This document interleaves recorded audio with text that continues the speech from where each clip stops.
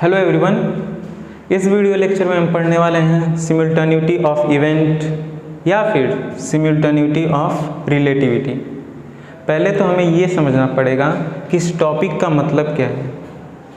सिमिल्टेनिटी of event means दो event का एक साथ होना, दो इवेंट का एक साथ होना। इस टॉपिक के बारे में अच्छे से समझते हैं एक प्यारा सा एग्जाम्पल लेकर। तो स्टार्ट करते हैं। एक्चुअली इस वीडियो लेक्चर में हम ये समझने वाले हैं कि सिमिल्टेनिटी ऑफ इवेंट एक रिलेटिव कॉन्सेप्ट है या एक एब्सोल्यूट कॉन्सेप्ट है। ठीक है, तो देखते हैं क्या है ये नया concept.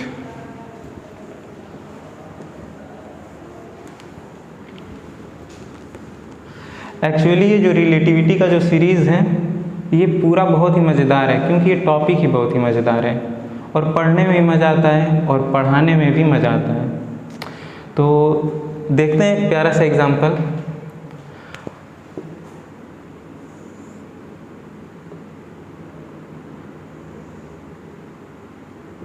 X axis, y axis, x dash axis, y dash axis, ये हम एक कोऑर्डिनेट लेकर चल रहे हैं। ठीक है, और इसको हम मान लेते हैं एस फ्रेम, जो कि रेस्ट में है। v=0 है एस फ्रेम का। अब सोचो सब, यहाँ पर एक इवेंट हो रहा है और एक इवेंट यहाँ पर हो रहा है। दोनों इवेंट साथ हो रहा है, एक ही समय पर हो रहा है। फॉर एग्जाम्पल, यहाँ पर एक सोर्स ऑफ लाइट है एस। एस क्या है? सोर्स ऑफ लाइट है। यहाँ से हम लाइट पल्स कर रहे हैं और यहाँ पर गया, स्पीड सी है। यहाँ से लाइट पल्स कर रहे हैं और वो यहाँ पर गया, स्पीड अभी भी सी है। मीन्स लाइट का स्पीड दोनों तरफ सेम है। वो तो एब्सोल्यूट और इनवेरिएंट है। सी क्या है? एब्सोल्यूट इनवेरिएंट है।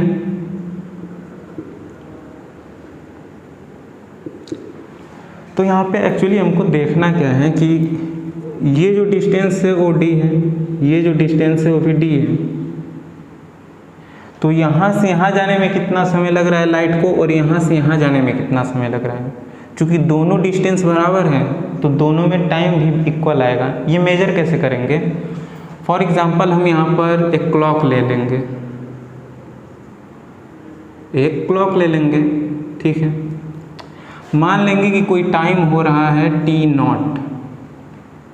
क्या हम लेकर चल रहे हैं? कोई टाइम हो रहा है t0। इस समय t0 टाइम हो रहा है। ठीक है, तो ये लाइट जब यहाँ पर है तो t0 टाइम है, और ये यहाँ से यहाँ गया तो अब घड़ी में कितना समय हो रहा होगा? तो t=t0 plus distance upon speed. ये टाइम है जो लाइट को यहाँ से यहाँ जाने में लगा है।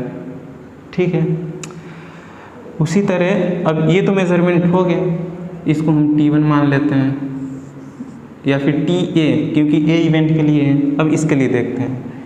इसके लिए यहाँ पर एक घड़ी है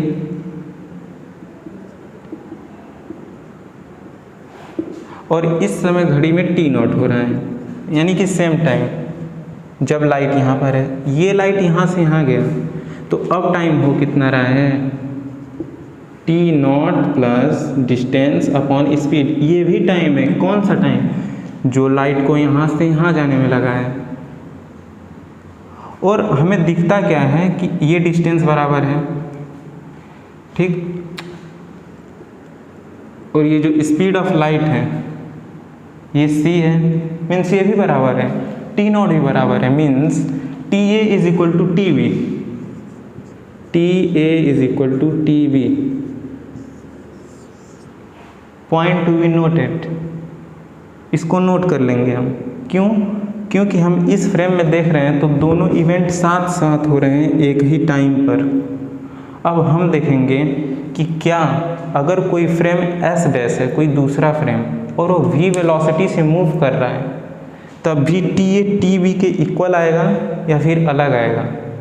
हमें यही देखना है। तो इस केस में तो टी ए टी बी के इक्वल आया है। अब देखते हैं अगर एस डैश फ्रेम अगर वी स्पीड से मूव करें तो क्या टी ए टी बी के इक्वल आएगा। तो आगे देखते हैं। अच्छा, इसमें हम पूरा थ्योरी समझा रहे हैं अच्छे तरीके से, जो इसका नोट्स है हम डिस्क्रिप्शन में प्रोवाइड कर देंगे, तो उसका चिंता नहीं करना है। ये वीडियो लेक्चर अच्छे समझो सब, और समझो सब एक्चुअली ये वीडियो लेक्चर बना क्यों है और ये टॉपिक एक्चुअली बता क्या रहा है।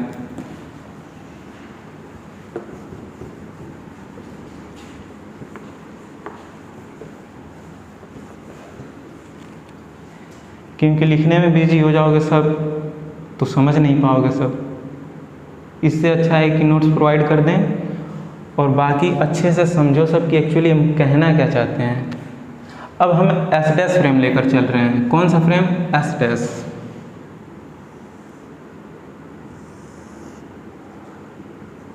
एक्स वाई, ठीक है। ये एस डैश फ्रेम है, ये भी स्पीड से मूव कर रहा है। कुछ है, मान लेते हैं कोई कांस्टेंट वेलोसिटी है। यहाँ पर हम कंसीडर कर रहे हैं कि v 0 के इक्वल नहीं है, कोई कांस्टेंट है, ठीक है। अब फिर हम यहाँ ओरिजिन पर मानेंगे कि कोई सोर्स s है और वो लाइट पल्स कर रहा है, और यहाँ पर इवेंट a हो रहा है और यहाँ पर इवेंट b हो रहा है, ठीक है। अब हो क्या रहा है, यहाँ से हम लाइट पल्स किए और यहाँ गया, यहाँ से हम लाइट पल्स किए और यहाँ पर गए, ठीक है। तो एक्चुअली हो क्या रहा है कि ये यहाँ से x डिस्टेंस इधर है, ये यहाँ से x डिस्टेंस इधर है, ठीक है। ये एक्चुअली जो इवेंट a लिखे हैं वो समझ लो x एक्सिस पर है, और जो इवेंट b लिखे हैं वो इस x एक्सिस पर है। मीन्स कि ये इधर से निगेटिव x एक्सिस पर है तो -x, ये इधर से पॉजिटिव x एक्सिस पर है तो केवल x। मीन्स एक्सिस के इधर a इवेंट हो रहा है, एक्सिस के इधर b इवेंट हो रहा है, ठीक है। तो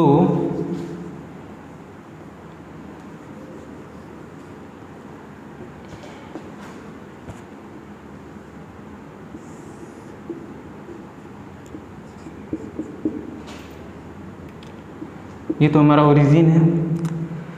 तो मान लेते हैं इधर इवेंट a है और इधर इवेंट b है।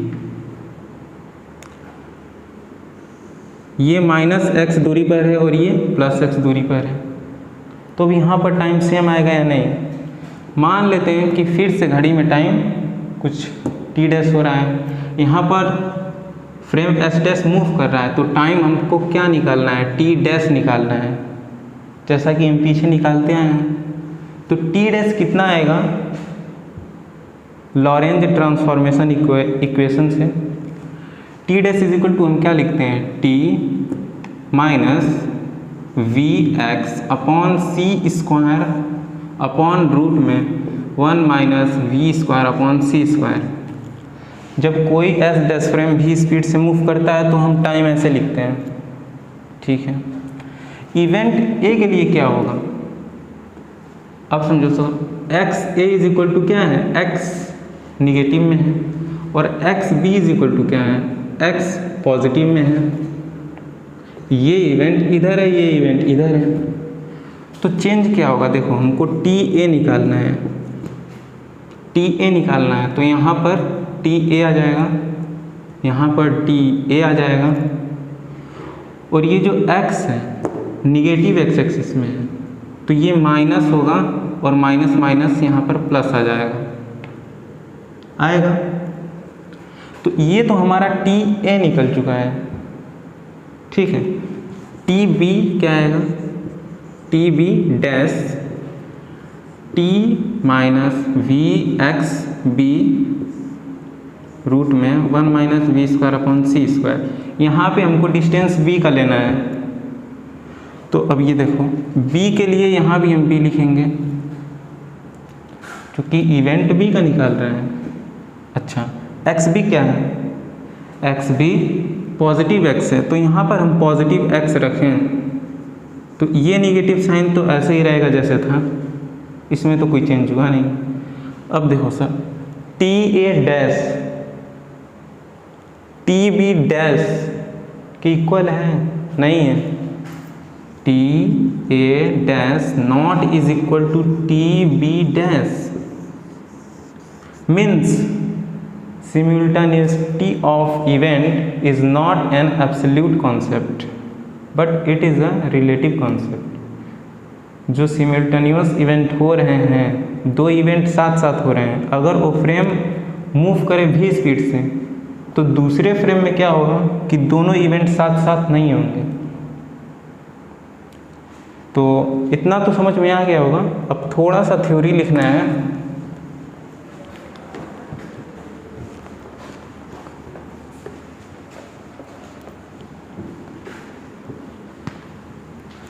means in classical mechanics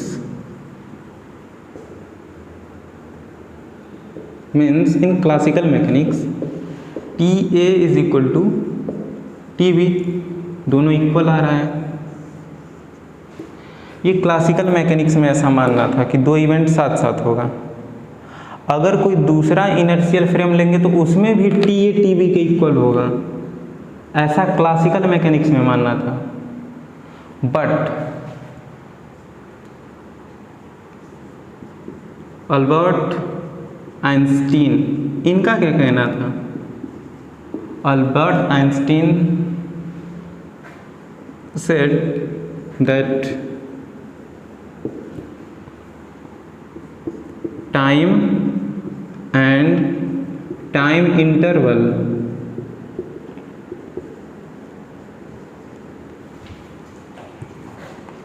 is not an absolute, means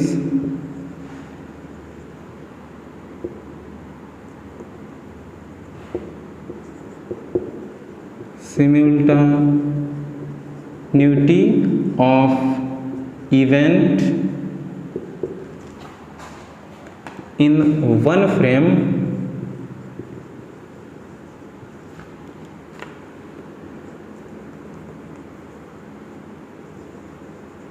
cannot be simultaneous in another inertial frame। ठीक है, ये था अल्बर्ट आइंस्टीन का कहना कि जो टाइम है और टाइम इंटरवल है ये भी एब्सोल्यूट नहीं है, is not an absolute. means simultaneity of event in one frame means in one inertial frame can not be simultaneous in another inertial frame। ठीक है, तो यहाँ से क्या कंसेप्ट निकल कर आता है? मीन्स इसमें होगा क्या, t A dash not is equal to T B dash, जो कि हम अभी देख चुके हैं।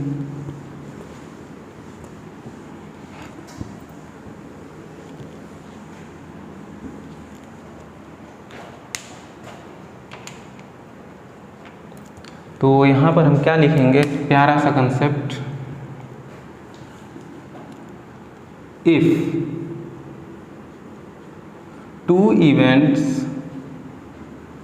आर सिम्युल्टेनियस, मीन्स दो इवेंट्स साथ साथ हो रहे हैं, are simultaneous in one inertial frame are in general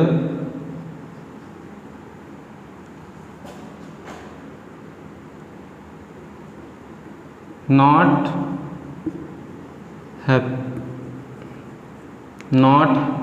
happen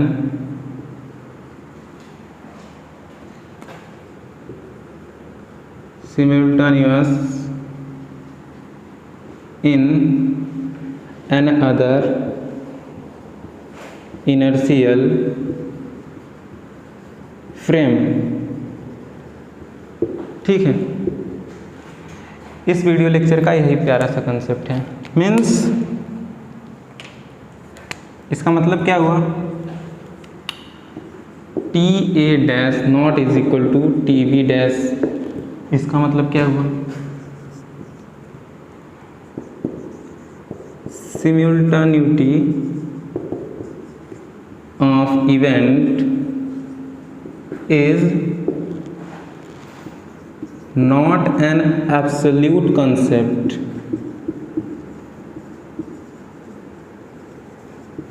but it is a relative concept।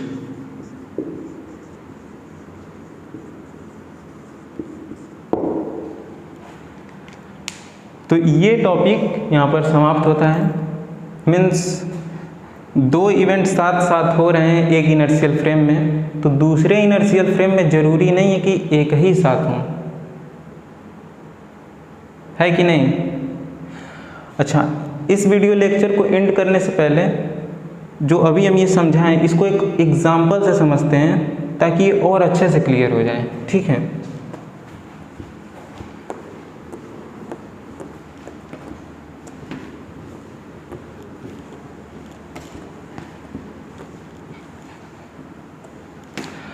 अच्छा, हमारे पास आया क्या था, T A dash is equal to T A plus V x upon C square root में 1 minus we square upon C square. T B dash क्या आया था, T B minus T V x upon सी square root में 1 minus we square upon C square. ठीक है, और दोनों के लिए हम समय क्या लेकर चल रहे थे, सेम लेकर चल रहे थे शुरू में, तो दोनों को टी नॉट मान लेते हैं। ठीक है, अब सुनो सब, हम कह रहे हैं कि जो एस डैश फ्रेम है